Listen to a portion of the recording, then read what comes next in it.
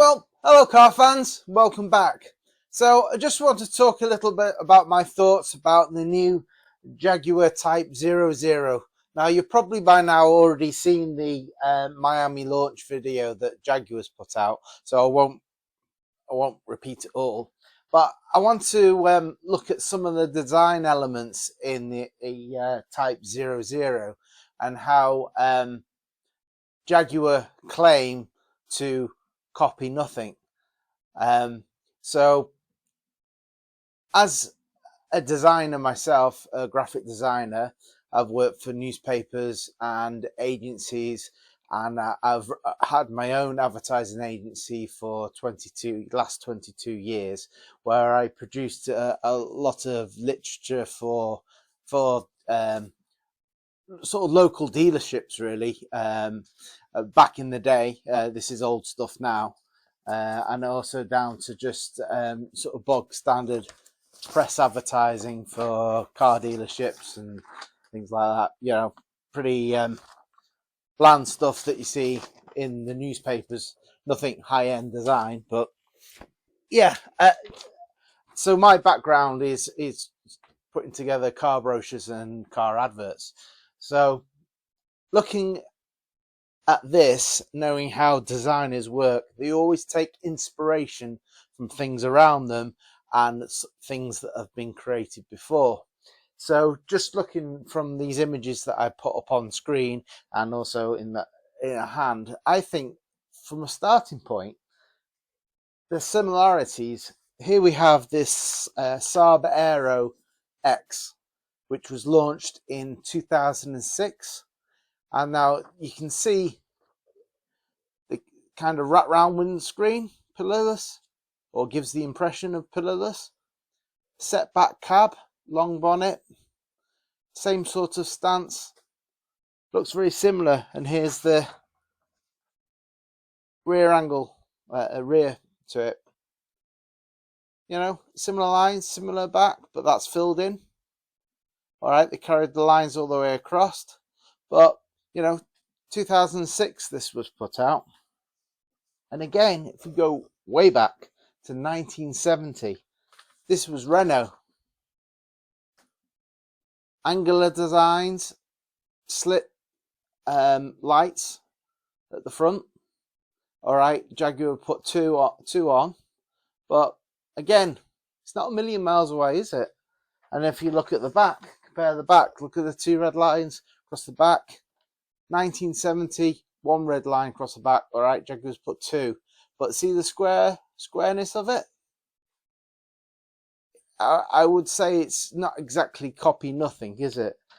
And again, let's look at Ford, one of their concept cars, the double slit headlights using the lines, vertical lines, not vertical, horizontal lines, square appearance.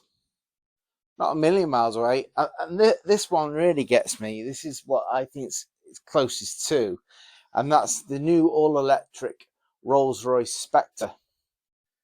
Now, look at this. Look at the wheel design. Look at that wheel design. I'll bring it closer, a bigger shot to it. It looks like they've just taken it straight out of the Rolls-Royce parts bin. It's the same almost. And the sort of the design style of it, it's very, very similar. Even down to at the front where they've got this strip. All right, Jaguar put two strips, and they've got the grille. So I don't think they can actually say copy nothing when the sort of design elements been taken from other vehicles put into this car. I also agree with what Harry Metcalf said in his video response to the Jaguar launch in Miami, that about the logo. I don't think they should have changed the branding.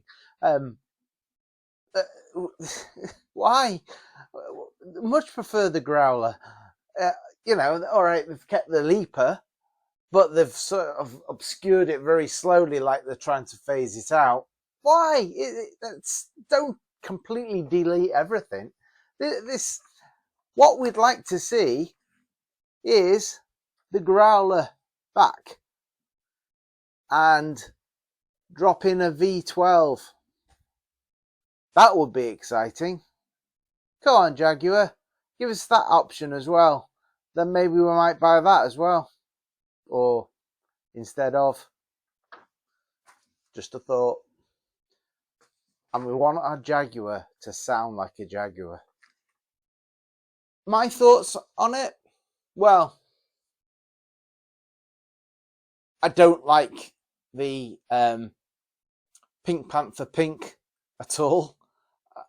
I know they've taken the colour palette straight from the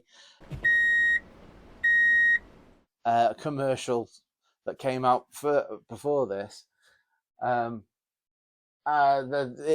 this colour, the blue is better. But yeah, let's see one of those really ultra matte black. Let's see it in that with the gold accents or something. That would be nice. Or let's see it in a racing green. And you know, let's have a choice of, if you don't want all electric, I can see all electric fit in this car, the Rolls Royce, because it kind of fits in with the wafty nature, the quiet wafty nature of a Rolls Royce. But a Jaguar, when I hear it purr. So let's do 3 options, Jag. Come on. Let's do a V8, a V12 and an all electric, and let your customer base choose which one they want, because the styling of this isn't terrible. I actually quite like it, and I quite like the interior as well, the concepts in the interior. I'm not so sure about all the motorized screens that come up inside and the motorized glove box that comes out. I mean, I don't want to go all dystopian, but if you stop paying for something like a subscription for something, they could lock your car down so you don't have access to anything, and it's all done remotely. I mean, that's a dystopian future, but the potential is there because everything's going digital now. Yeah, so these are some of my thoughts, and it's not a particularly long video, but for me, a Jaguar should sound like a Jaguar. And I guess us petrol heads are a dying breed. I'm trying to keep it alive in my son, who's only 10 years old, and he loves cars, but he hasn't got the same interests that I had, and a lot of his friends are not interested in cars at all. And to me, the electric vehicle is soulless. It's just like an appliance. It's like a washing machine or a toaster or something. It's a microwave. It's lost its soul. It's just there for a purpose, get you from A to B, and that's it. And I know they can wrap it up as much as they like, but the soul of a car is its engine, and it always will be. So anyway, I'm going to wrap it up now. They're just my thoughts on the car. I don't dislike it. I actually quite like the angle stance of it. How it's set back cab, long bonnet, which traditionally is there because you've got a whacking big engine in there, but now you just got electric motors. But maybe they've done it this way just in case. Oh, we can drop an engine in there. You can live in hope, can't you? Thanks for watching. Bye for now.